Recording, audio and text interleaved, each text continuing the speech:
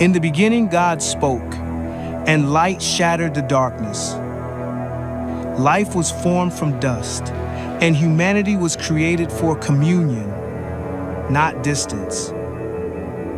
But freedom was broken by rebellion. A garden became an exile. Yet even there, God promised that the story would not end in loss. Through a flood, God preserved life. Through Abraham, God promised blessing to all nations.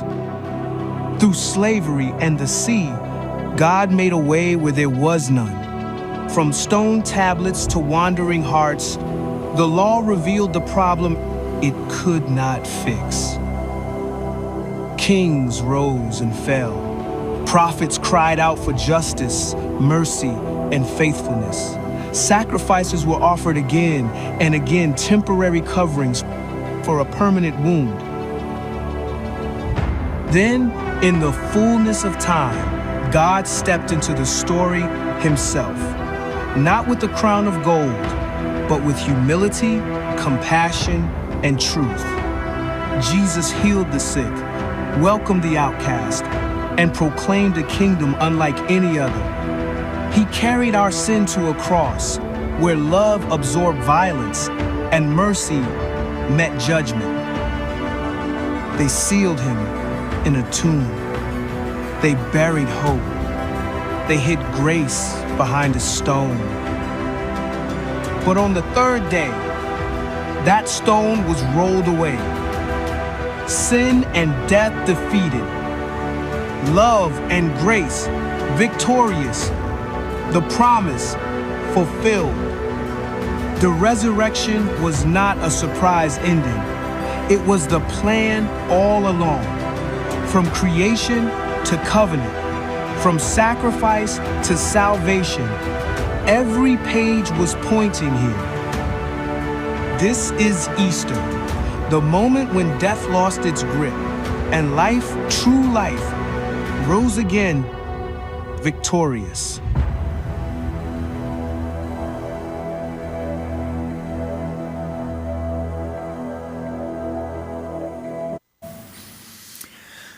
Goeiemôre vriende, baie welkom by die kerk vanoggend. Dit is so lekker dat julle hier is.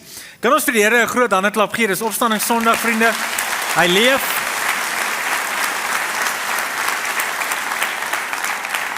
Maar vriende, ek wil graag vir ons bid en dan gaan ons kyk na wat die woord sê. Kom ons sluit die oë en dan bid ek vir ons. Here Jesus, dankie vir 'n Opstandingssondag, Here.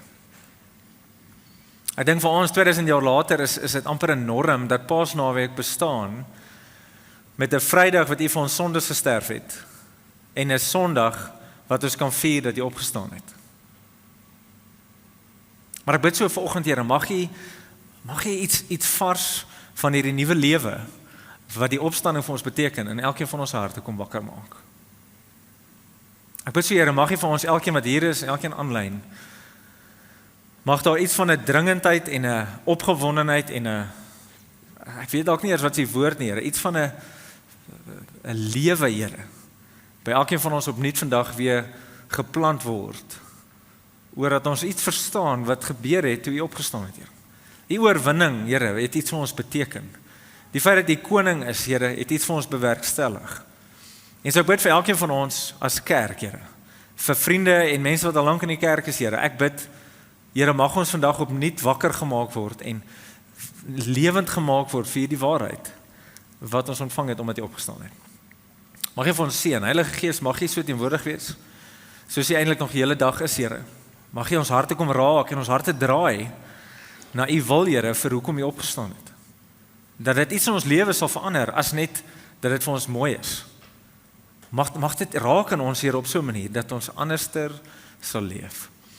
Kom seën vir ons, Here, en beskerm vir ons in Jesus naam. Amen. Amen. Alright, nou ek wil kortliks, so of net vinnig, net bietjie van die verrigtinge deel van die Sondag. Toe Jesus opgestaan het, Vrydag toe ek gepreek het in Petersburg, het ek so half die hele week deurgegaan, saam met die ouens in Petersburg, so almal van julle wat aanlyn inskakel, baie welkom vir julle almal ook oor die land, en mag julle daar waar julle aanlyn inskakel ook sommer iets spesiaals, sommer deur beleef. Maar Vrydag toe ek in Petersburg was, het ek so die hele week kronologies deurgewerk. En ek besef toe maar net, nie almal van ons is altyd seker hoe lyk die Sondag nie. Ek het nou al genoem dat hy was al vroeg, het Jesus opgestaan. Die vrouens, volgens skrif sien ons daar was min of meer, wat hulle van weet, was daar definitief 6 vrouens genoem wat by die graf was. Maar hulle was, ek het so al gewonder hoe laat was dit, ek het nou vir julle gedeel volgende, ek het so al gewonder, maar ons weet dat die vrouens, toe die son die lig die donkerte gebreek het, sê van die evangelies, is toe die vrouens by die graf opgedaag het. En so, dit was vroeg die oggend nog, dit was heel moontlik nog donker toe hulle so toe is, en toe hulle daar kom, het dit net lig geword, dis half skemer in die oggend, en so dit was vroeg die oggend, kom hulle by die graf, en hulle sien toe Jesus is nie daar nie. Hulle was op pad soontoe, om vir Jesus te gaan salf met olie, en toe hulle daar kom, toe is Jesus nie daar nie. En die engel sê te verloor, maar hy het gesê, hy gaan nie hier wees nie. Verstaan, ek dink vir die vrouens was dit so of, ons weet hy het gesê, ons het nie lekker verstaan dalk nie, dit het nie heeltemal van sig, maar ek meen, hy is Vrydag doodgemaak, so ons verstaan nie eintlik, en die engel sê te verloor, maar hy leef. Jesus het opgestaan, hy sê hier nie. En dan sien ons, as in die evangelies gelees, daar's 'n paar goed wat gebeur. Jesus verskyn aan die disippels, dis 'n interessante gebeurtenis agter gesleepte deure, en hy verskyn aan hulle, en die eerste woorde wat hy vir hulle sê is, vrede vir julle, maar julle hoef nie bang te wees nie, vrede. En dan verskyn hy weer later by hulle, want Thomas was nie by nie, en dan verskyn hy aan hulle. Ons sien in Lukas 24 dat Jesus verskyn aan die 2 disippels op pad Emmaus toe, wat so 'n paar kilometer weg was, en hoe hulle besef toe dis Jesus, en hulle toe terug gaan na die disippels toe, en ons sien eintlik dat Jesus homself openbaar aan klomp van die disippels. Maar dan sien ons volgens Paulus, in 1 Korintiërs 15, lees ons dat Jesus het in die volgende 40 dae, het hy homself verskyn aan meer as 500 getuies. Nou die rede hoekom ek hierdie vir jou sê, het nie eintlik primêr iets te doen met die preek nie, maar dit het baie te doen met ons geloofwaardigheid dat Jesus het opgestaan. En so ek dink ons kan opgewonde wees in die getuienis, buite die getuienis van die skrif en die kerk, is daar 'n argeologiese historiese bewyse buite die graf leeg is van al die getuies aan wie Jesus verskyn het as hierdie verheerlikte persoon wat opgestaan het. Jesus was anders in hierdie dat hy opgestaan het, dat hy was die eerste persoon met 'n verheerlikte liggaam. Maar daar's vir ons hierdie lewe, hierdie waarheid dat daar verandering gebeur. En so die vraag wat ek oorwonder, as ek so dink aan Jesus wat 40 dae lank saam met sy mense tyd spandeer het, is ek wonder hoe dit hulle lewe beïnvloed. Het jy al gedink oor dit, soos ons vier nou die opstanding oor 40 dae se die hemelvaart en die uitstort van die Heilige Gees. Maar ek wonder so hoe dit die disippels beïnvloed, toe hulle, onthou nou, vir baie van hierdie ouens se laaste ervaring was toe hulle vir Jesus sien, hulle word gekruisig en hulle weghardloop. En na die opstanding het Jesus verskyn aan hulle, hy gaan na hulle toe, hy gaan soek hulle, en hy verskyn aan hulle, en ek wonder so hoe dit hulle lewe verander. Ons sien as die Handelinge lees hoe Petrus se lewe drasties verander het, toe Jesus hom gaan soek het. Weereens Petrus, toe Jesus gesterf het, en hy hom verloor het, hy het teruggegaan na wat hy gedoen het en geken het. En die Here is my so mooi, toe hy opstaan, toe hy gaan sê ook vir Petrus, ek het opgestaan. En hy gaan na Petrus toe, en ontmoet hom waar hy is, en hy het die braai op die strand, saam met Petrus, so wonderlik. En Petrus besef, Here, ek kan U nie so lief hê soos U my lief het nie. En die Here kom en hy kom sê eintlik vir hom, maar ek gaan jou help met dit. En iets om Petrus se lewe verander. En dis een van die disippels wat ons sien hoe hierdie lewe verander het, maar ek wonder so hoe hierdie 500 plus mense se getuienis verander het. 'n Storie verander het toe hulle die verheerlikte Jesus wat opgestaan het ontmoet het. Nou ek dink die een getuienis wat ons van het is die feit dat die kerk bestaan vandag 2000 jaar later. Hierdie ouens se lewe moes so drasties verander het dat hulle bereid was om dood te gegaan het vir hierdie storie dat Jesus het opgestaan. En ons is die getuienis van daai storie, die feit dat ons as kerk 2000 jaar later nog kerk doen. En so die vraag van opstanding Sondag vir my vandag vir jou is het die impak van Jesus se opstanding nog so impak in jou lewe? Beleef jy nog die nuwe lewe, dis waaroor ek met jou wil praat vandag, van die opstanding van Jesus wat gemaak het dat ons nie meer in die graf hoef te wees nie, maar dat ons kan lewe saam met hom. Is daar nog so lewe in jou, jy wat vir Jesus ken? En dalk sit jy vandag en jy ken nog nie vir Jesus nie, ek is so bly jy is hier, ek gaan jou vertel van die wonderlike lewe wat jy kan hê in Jesus, omdat hy opgestaan het. En so 'n vers wat dalk niks met die opstanding te doen het nie, is iets wat Paulus skryf in 2 Korintiërs 5 vers 17, en hy sê, hy wie in Christus is 'n nuwe mens. Jy is 'n nuwe mens in Christus. Die ou is verby en die nuwe het gekom. Weerens, ek dink iets in die disippels moes nie gebeur het toe hulle vir Jesus gesien wat opgestaan het. Natuurlik weet ons dat iets gebeur toe die uitstorting van die Heilige Gees gebeur het en die kerk versprei het, maar daar moes iets gebeur het in die getuienisse van Jesus toe hulle besef soos hoe hierdie persoon Jesus het opgestaan. Hy het gesê hy gaan opstaan en dit het gebeur. So al die ander goed wat hy gesê het moes waar wees. En dan gaan nie oor dit preek vandag, jy mag gaan lees net al die beloftes rondom wat Jesus gesê het en jou lewe sal verander want ons kan glo dis waar. Maar Paulus sê hy wie in Christus is 'n nuwe mens. Die ou is verby en die nuwe het gekom. My vriende, leef jy nog in die nuutheid van die opstanding van Jesus? Of het ons maar weer stelselmatig begin terugbeweeg na die oue toe? En so 3 eienskappe wat ek dink belangrik is rondom hierdie nuut gemaak word. Iemand wat in Christus is 'n nuwe mens. Is ons 3 eienskappe wat ek met jou oor wil gesels vandag. En die eerste van hierdie is ons word lewend gemaak. Die probleem met ons mense is dat ons nie 'n slegte mens is. Baie keer as ek met ouens praat wat nie gelowig is nie, sal mense sê, ja, maar dis 'n oulike mens hierdie man. Dis 'n nice ou. Dis nie 'n slegte ou nie. So ek sê, nee, ek weet, dit is nie die probleem nie. Die probleem is, as gevolg van ons sonde is ons dood in hierdie lewe ons. Maar die wonderlike nuus van die opstanding van Jesus is, wanneer ek en jy ons lewe vir hom gee, word ons lewend gemaak deur die Gees.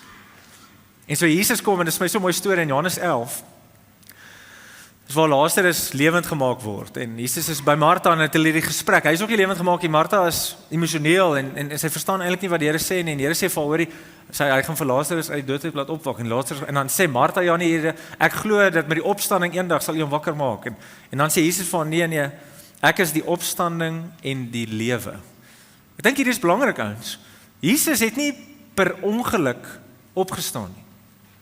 My belewenis met baie Christene is, ons is net so dankbaar dat Jesus opgestaan, ons is so bly dit het gebeur, asof ons partykeer dink soos, ons was onseker, ons weet nie of dit sou gebeur het nie, ek wonder so hoe die disippels gevoel het op Saterdag, gewonder het soos, ek weet nie of gaan Jesus opstaan môre nie, ek wonder of gaan dit gebeur, maar Jesus het 6 keer in die Nuwe Testament gesê, ouens, ek gaan sterf en ek gaan opstaan. En in Johannes kom maak hy dit so duidelik, hoekom? Want hy is ook die opstanding. Daar was nêrens in Jesus se plan ooit te dink dat hy gewonder het of gaan hy opstaan nie. Die kruisiging en die opstanding vir Jesus was albei roepings, beginsels vir hoekom hy na hierdie wêreld toe gekom het. Hy het geweet, ek gaan opstaan. Ek dink die rede hoekom ons partykeer dink dat ons wonder of sou Jesus opstaan het of was daar 'n moontlikheid dat hy nie opgestaan het, is omdat ons Jesus vergelyk met die duiwel as dieselfde. Is dieselfde nie, ouens. Jesus het die duiwel gemaak, hy is God bo alles, die duiwel staan nie 'n kans met wie Jesus is, hy kan nie in die teenwoordigheid van God wees nie. En so Jesus sê vir Martha, weet jy, ek is die opstanding en die lewe. Dan sê hy vir haar, wie in my glo sal lewe, al sterf hy ook. Hy sê, en elkeen wat lewe en in my glo, sal in alle ewigheid nooit sterwe nie. Jesus sê vir haar, ek is die opstanding en die lewe, en as jy in my glo, sal jy nooit sterwe nie. En dan 'n baie belangrike vraag, wat Jesus vir Martha vra, is, glo jy dit? Dis 'n vraag wat elkeen van ons moet beantwoord. Glo jy dat as jy jou lewe vir Jesus gee, dat jy gaan lewe? Glo jy dat as jy jou lewe vir die Here gee, dat jy nooit weer sal sterf nie? Al sterf jy in hierdie lewe, jy nooit in ter ewigheid sal sterf nie, want jy lewe in die Here. Glo jy dat as jy jou lewe vir die Here gee, dat jy 'n nuwe lewe kan ontvang? Jesus sê vir Martha, dit is wie ek is. Ek is die opstanding en die lewe. En die wonderlike nuus vir ons vandag is, ons kan dit vier, want dit is die waarheid. En hy is die opstanding, hy het opgestaan, daar is nie meer kettinge om met die kruise vandag nie, daar is 'n kroon bo op met hierdie kettinge wat gebreek is, omdat Jesus die dood oorwin het, vriende. En so vanoggend is daar vir my in jou nuwe lewe, omdat Jesus opgestaan het, daar's 'n lewe wat ons van God kan ontvang, ons kan die Heilige Gees ontvang wat ons lewend maak, dit is nie dat ons sleg is nie, dit is ons geestelik dood is, en in die opstanding van Jesus is daar vir ons die realiteit, dat ons die Heilige Gees kan ontvang, wat ons hierdie nuwe lewe in Christus kom gee. Johannes 10 kom Jesus en hy sê vers 10, hy sê, ek het gekom sodat jy kan hê die lewe en dit in oorvloed. Nou baie Christene wil hierdie lewe in oorvloed amper minimaliseer na aardse vreugdes toe. En dis nie wat Jesus hier sê nie. Wat Jesus hier sê, ek het gekom sodat jy lewend gemaak kan word, dat jy geestelik lewend gemaak kan word, dat daar nie meer 'n skeiding tussen my en jou is nie, dat jy nie meer hoef dood te wees nie, maar dat ons een kan wees, dat jy die Heilige Gees kan ontvang en lewend gemaak kan word. En dat jy die ewigheid wat die oorvloed sal wees, die ewigheid sal met God ook lewend sal wees. Die opstanding van Jesus beteken hierdie lewe, vriende, vir my en jou. Nou, ons het die doop het ons nou gesê by die doop, maar ek wil hierdie weer vir jou lees. Romeine 6 kom Paulus en hy sê vers 4, deur die doop is ons immer saam met hom in sy dood begrawe, sodat soos Christus deur die wonderbaarlike magstaat van die Vader uit die dood opgewek is, ons ook 'n nuwe lewe kan lei ons. Hy sê vers 5, aangesien ons met hom een geword het in sy dood, sal ons sekerlik ook met hom een wees in sy opstanding. En sê, wanneer ons een word in Jesus se opstanding, vriende, word hierdie ding waar, dat ons 'n nuwe lewe kan lei saam met Jesus. Is dit die lewe wat jy op die oomblik leef? Is die vraag wat ek en jy moet vra. Baie van ons sit elke Sondag hier, en ek is so bly jy sê, ek is so bly ek ken vir Jesus, maar die vraag wat ek wil vra op opstanding Sondag is, lewe jy nog met die lewe wat Jesus vir jou gegee het? Hierdie vol lewe, vol van die Gees, hierdie lewe en dit in oorvloed waarvoor Jesus opgestaan het. Want in Johannes 7 kom Jesus en hy definieer amper hoe dit moet lyk wanneer ons hierdie lewe gekry het. En ons moet hierdie evalueer. Hy sê in vers 37, op die laaste dag, die groot dag van die Hittefees, het Jesus daar gestaan en uitgeroep, as iemand dors het, laat hy na my toe kom en drink. Laat my dink aan Prediker 3, waar Paulus skryf, waar Salomo skryf, dan sê hy, God has said a sense of longing, which nothing under the sun can satisfy except God. God het 'n leemte in my hart gelos, 'n honger, 'n dors na iets, wat hierdie wêreld nie vir ons kan gee nie. En Jesus kom in Johannes 7, dan sê hy, as iemand dors het, laat hy na my toe kom en drink.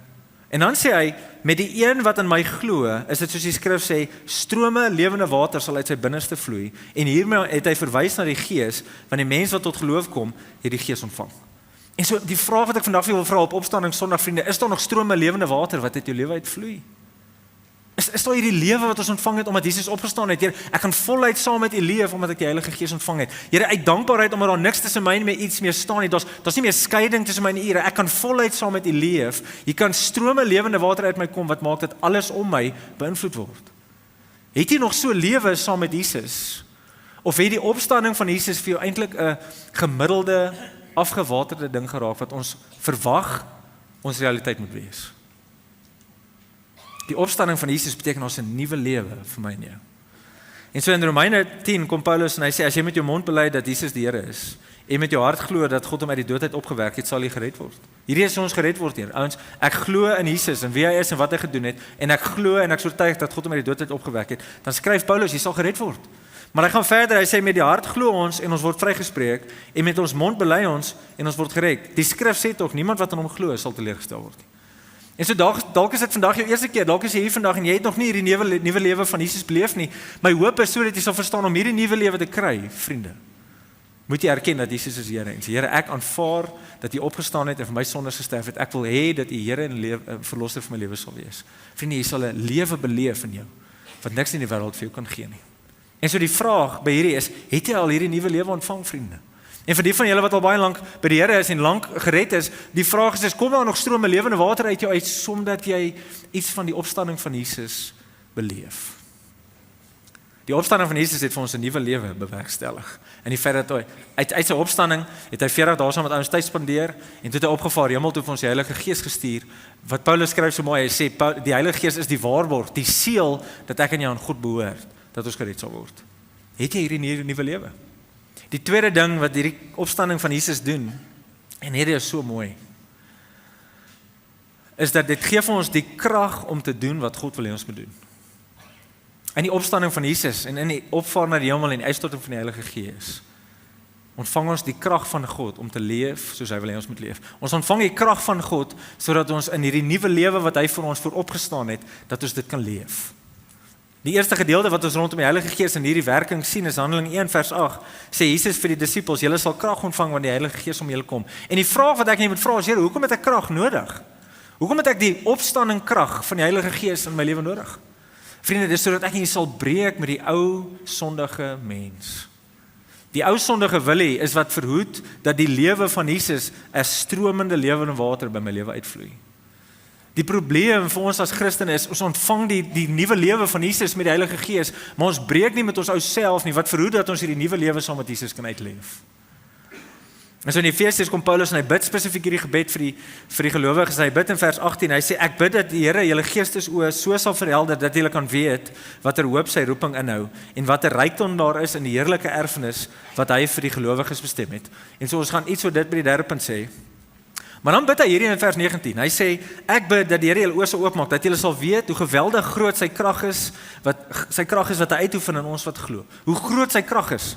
Dan sê hy, hierdie is dieselfde kragtige werking van sy mag wat hy uitgeoefen het, toe hy Christus uit die doodheid opgewek het, en hom aan die hemel aan sy regterhand laat sit het, hoog bo elke mag en gesag, elke krag en heerskappy, en wat daar ook al van sprake mag wees, nie net in hierdie bedeling, maar ook in die bedeling wat kom. En so, Paulus bid hierdie vriende, hy sê, Here, ek bid dat U julle oë sal oopmaak, dat hulle verstaan wat sy kragtige werking die Heilige Gees in ons wil doen, dat ons kan losmaak van die wêreld, en ons kan vasmaak aan Jesus. En so die vraag hier wat ek en jy by die tweede punt, Here, gebruik ek die kragtige werking van die Heilige Gees in my lewe sodat ek voluit in die lewe, hierdie nuwe lewe waarvoor Jesus opgestaan het, te kan leef.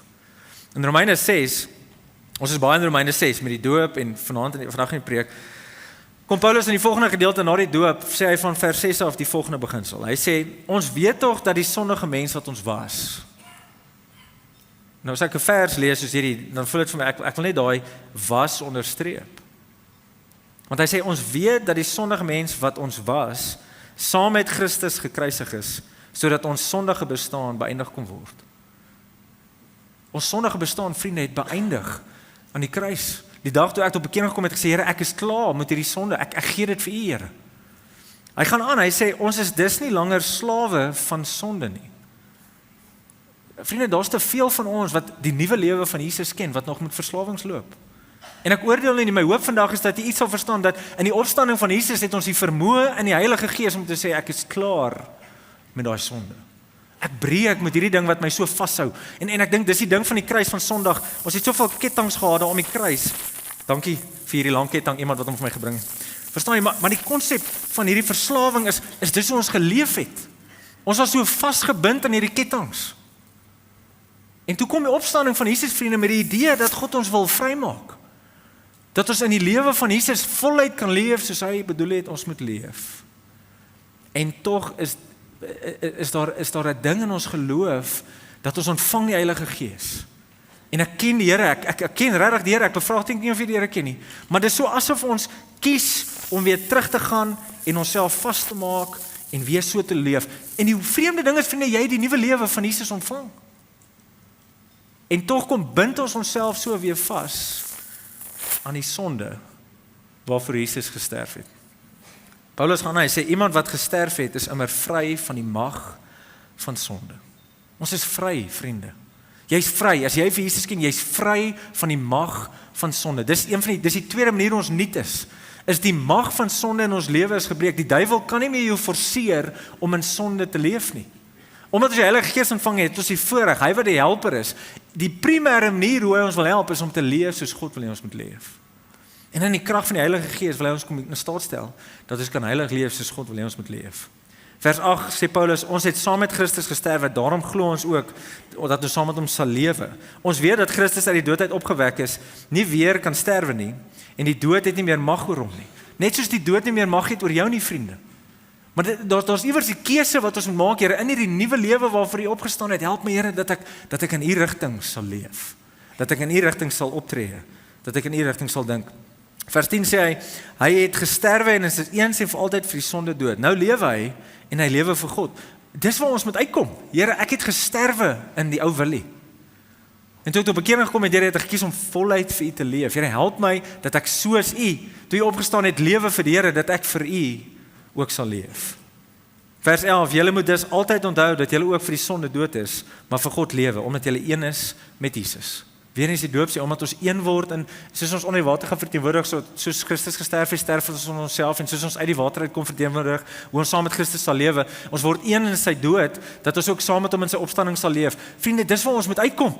Here, help ons dat ons in die opstanding sal lewe as persone wat nie net vergewe is, maar ook vry is. In vers 12 sê hy, moet dan nie toelaat. Weer eens, dit voel vir my daai toelaat moet ons omkring in ons Bybels. Dit beteken jy te sê oor wat in jou lewe gebeur. Jy te sê, jy in die krag van die Heilige Gees het jy vermoë om te sê, ek gaan nie meer hierdie in my lewe toelaat nie. Hy sê, moenie toelaat dat die sonde nog langer oor julle heerskappy voer en julle begeertes van julle sterflike aardse bestaan laat gehoorsaam nie. Julle moet geen deel van julle liggaam in diens van die sonde stel as werktuig om goddeloosheid te bedryf nie. Nee, stel julle in diens. Weer eens, hierdie is 'n aktiewe ding. Ek stel my in diens van die Here as mens wat dood was, maar wat lewend gemaak is, en stel elke deel van jou liggaam in diens van God as werktuig om te doen wat God wil. Ek dink die moeilikheid vir baie Christene, in my eie lewe het ek dit al so beleef, is dat ons ontvang die Heilige Gees. Ons ontvang die nuwe lewe waarvoor Jesus opgestaan het.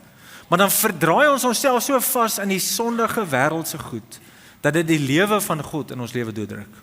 Dink is in 'n mate wat Jesus in Matteus 13 in die gelykenis van die saaiër sê, is ons groei in die Here, maar as ons nie die sonde verwyder nie, vriende, gaan die verleidelikhede en die begeerlikhede van hierdie wêreld, die groei in God, kom dooddruk. En so die moeilikheid waarby ek en jy stil staan vandag, Here, in die opstanding, soos ons die Heilige Gees ontvang, Here, help ons dat ons die keuse sal begin maak om soos U te leef. Nou in 1 Korintiërs 10 vers 13 kom Paulus en hy maak dit baie duidelik. Hy sê kom ek lees vir julle, geen versoeking wat meer is as wat 'n mens kan weerstaan, het julle oorval nie. God is getrou. Hy sal nie toelaat dat julle bo julle kragte versoek word nie en as die versoeking kom, sal hy ook die uitkoms gee sodat julle dit kan weerstaan. En so die versoeking, jy moet weet die duiwel se rol in jou lewe, selfs al het jy die Here gekies, is dat hy jou so besig wil hou met die wêreld se goed dat jy nie God beleef nie. En nie God ken nie saam met hom groei nie. En so hy gaan alles in sy vermoë doen om jou te versoek. Wat nie sonde is nie. Maar sonder die Heilige Gees is versoeking die ding wat maak dat ons dan in sonde val. Ons het geen weerstand nie.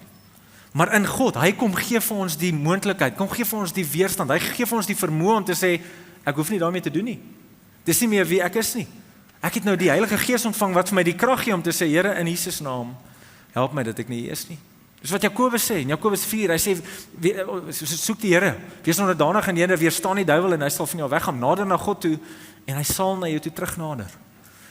En so die manier hoe ons tweedens nuut gemaak word in hierdie 2 Korintiërs 5 vers 17 is, Here ons het die vermoë om te sê nee vir die duiwel. Ons kan begin nee sê vir die versoekings. Ons kan begin nee sê vir die sonde wat heeltyd die skeiding weer bring tussen ons en God.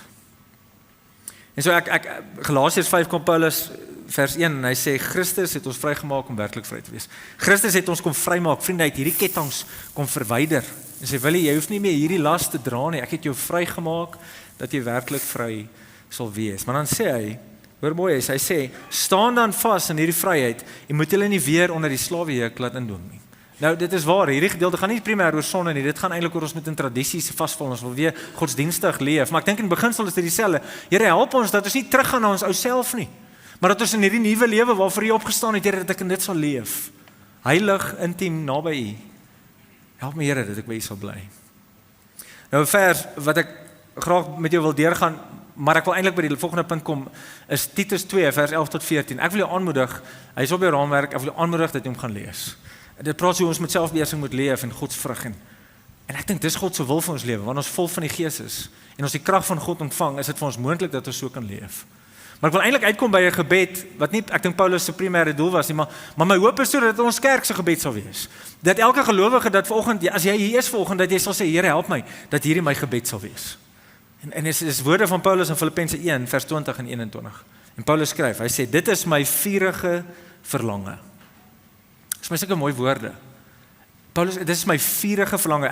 Ek weet nie of kan jy dit duideliker soos 'n meer dringendheid het vir hoe jy wil optree. En hy sê dit is my vurige verlange en daarna sien ek uit dat ek niks sal doen waaroor ek my hoef te skaam nie. Ek wil ook nou soos nog altyd met alle vrymoedigheid deur my hele wese Christus verheerlik in lewe en in sterwe. Want om te lewe vir my is Christus en om te sterwe is vir my 'n wins. My hoop is so dat as jy vir Jesus ken en jy besef, Jesus wil ek besef ek dra soveel goed nog al die jare saam. Mag hierdie opstanding Sondag vir jou die dag wees waar jy sê in die krag van die Heilige Gees stap ek van hierdie goed af weg. Mag hierdie opstanding Sondag die dag wees dat as jy uitstap te sê Here, van hier af vorentoe gaan ek op U steun. Ek gaan U vertrou dat al is ek vir 30 jaar lank vas aan hierdie ding, ek kies van vandag af in Jesus dat ek sal vrykom. Maar dat ons sal bid, Here, dis my vurige verlange dat ek niks sal doen wat U sal verhinder nie, dat ek niks sal doen, Here. Hy sê so, ek wil niks doen wat U nie verheerlik nie. Here, help my dat ek my nie hoef te skaam nie, maar dat alles wat ek doen, dat dit U sal verheerlik. Die nuwe lewe in Jesus en die opstanding van Jesus, vriende, kom gee vir ons 'n nuwe lewe en hy kom gee vir ons die moontlikheid dat ek kan sê ek is klaar met die ou self. Maar die derde ding van die opstanding is vir my so mooi. Is die opstanding van Jesus bevestig dat ek en jy het 'n roeping. Ek en jy het 'n doel op hierdie aarde wat baie groter is as net om werk toe te gaan en terug te kom, om golf te speel en terug te kom, om te gaan paddle en te gaan jag en ons het 'n roeping op ons lewe ver groter as net vir ons eie lewe. Jesus se lewe was so mooi as jy sy lewe gaan bestudeer. Hy het gekom, hy het mens geword, hy was verneder en hy was 'n vernederde mense en hy het mense liefgehê en gesoek en hy het kom red wie verlore was. So wonderlik. En hy het gesê hy gaan moet sterf. En hy sterf Vrydag, soos ons ken as Goeie Vrydag, vir my en jou sondes. En hy staan op Sondag, soos hy gesê het hy gaan opstaan. En hy bou vir ons hierdie verhouding wat ons nog nooit kon gehad het nie. Maar dit stop nie daar nie. Vir 40 dae deel hy die evangelie en liefde en die waarheid van Jesus. En hy vaar op hemel toe en hy stuur vir ons die Heilige Gees, die helper, om ons te help vandag. Maar van 2000 jaar af terug, vandat Jesus hemel toe gevaar het, is hy nog steeds besig, vriende, vir my en jou. Hy het opgevaar hemel toe. Johannes 14 sê vir sy disippels, vriende, ek gaan na die hemel toe. Ek gaan na die huis van my Vader toe waar daar baie kamers is en ek gaan vir julle plek voorberei. En as ek dit klaar voorberei, kom haal ek julle en vat ek julle saam met my. Saam met dit is God elke dag besig om vir my en jou in te tree sodat ons by God kan wees. Jesus het nie opgehou met die werk sodat ek en jy by hom kan wees in die ewigheid nie.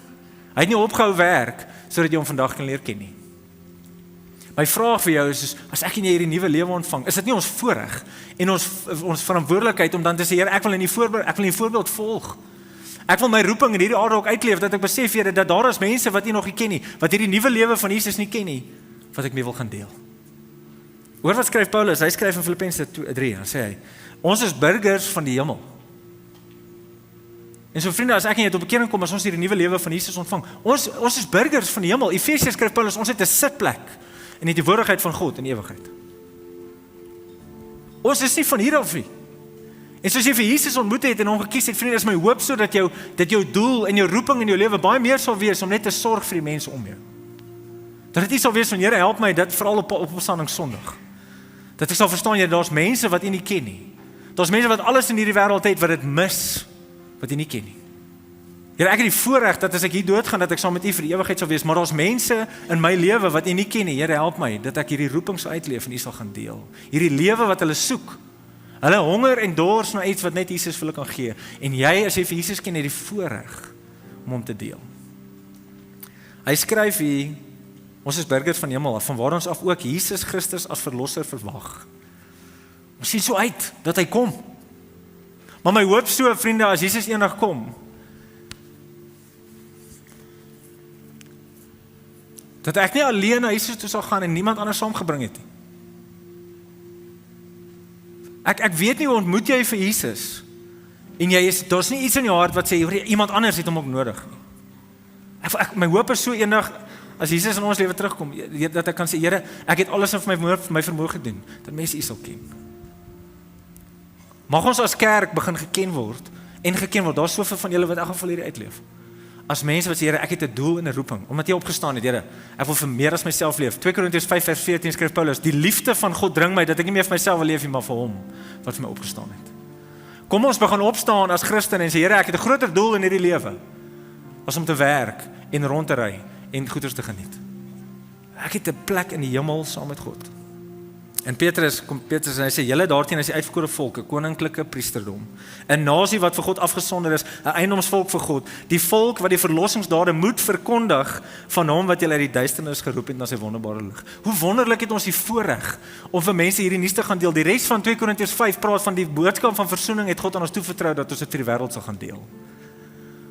En so vriende, die opstanding van Jesus herinner ons het 'n roeping en 'n doel groter as ons eie lewe in hierdie wêreld.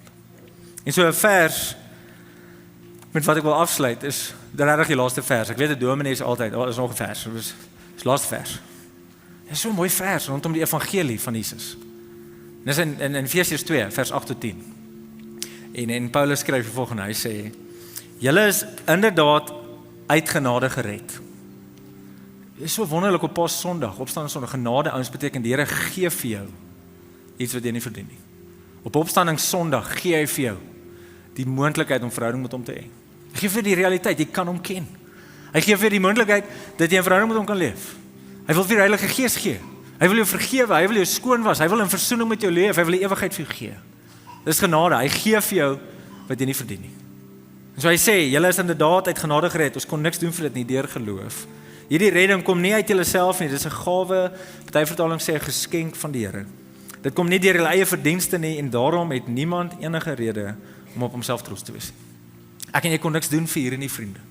Soveel te meer bid ek so dat dat daar iets van 'n dankbaarheid in ons hart wees sal leef vir hierdie nuwe lewe wat God vir ons gee. Maar baie keer stop ons net daar.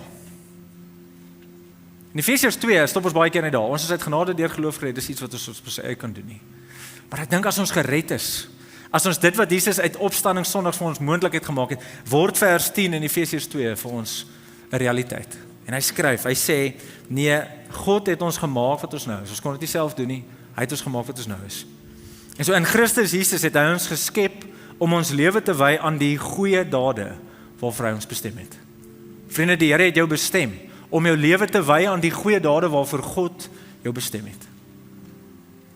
En so my hoop so is dat wanneer ons vandag opstanding Sondag vier en dat jy sal evalueer, Here, is ek nog 'n nuwe mens?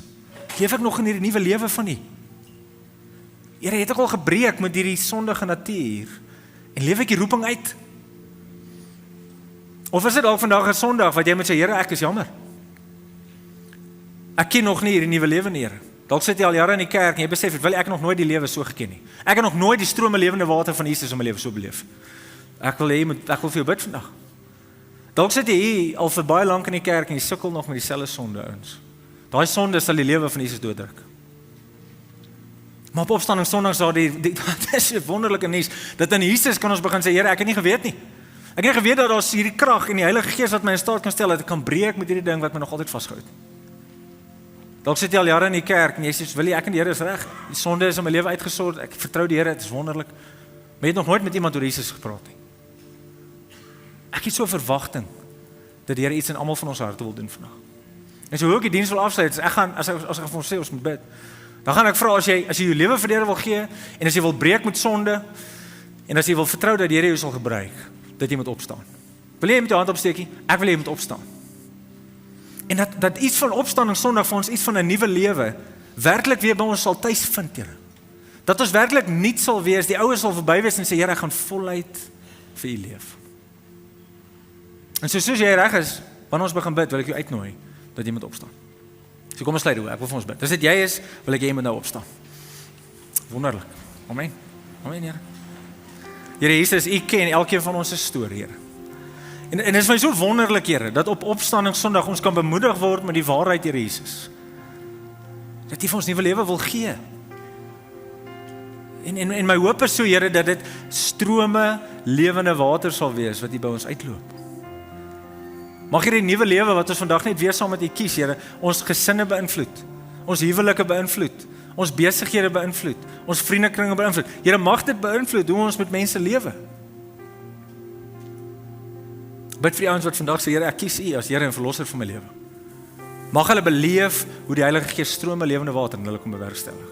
Here, dit is nie in ons eie verdienste nie, dis in U, Here Jesus, waar die lewe lê. Ek bid so dat U sal vasmaak in hierdie oomblik, dat daar lewe is in U, Here Jesus. Ek bid vir die klomp mense wat staan vandag, wat sê, Here, ek moet breek met sonde in my lewe, wat hierdie lewe van Jesus dooddruk. Ek bid in Jesus naam, die krag van die Heilige Gees, dat U vir hulle sal kom help. Mag hulle begin kies, mag hulle toelê om gehoorsaam te wees en in U wil te leef. Ek bid vir elkeen wat hier is, Here, dat hulle sal omring met mense wat vir hulle lief is, dat hulle mekaar sal verantwoordbaar hou en hulle mekaar sal aanmoedig in hoe hulle saam met U moet leef. Maar ek bid ook vir elkeen van ons, Here, hierdie is 'n gebed vir elkeen van ons. Ek bid dat U ons sal help, dat die roeping en die opstanding van Jesus, dat ons dit sal uitleef. Mag U mense oor ons pas die wat U nie ken nie, dat ons dit sal deel met mense, Here, dat hulle die nuwe lewe van Jesus kan beleef, want ons nie anders te kan as dit getuig nie. Dis die grootste voorreg, Here, dat ons U kan ken en dat ons opstanding Sondag kan vier. Mag die manier hoe ons dit vier wees deur dit uit te leef. Natuurlik staan ons vandag om te sê, Here, ek kies U. Maar mag dit vir elkeen van ons as kerk 'n getuienis wees, Here, ek gaan dit gaan leef. Jesus leef, hy is koning van my lewe. Kom help vir ons, Here, in Jesus naam. Amen.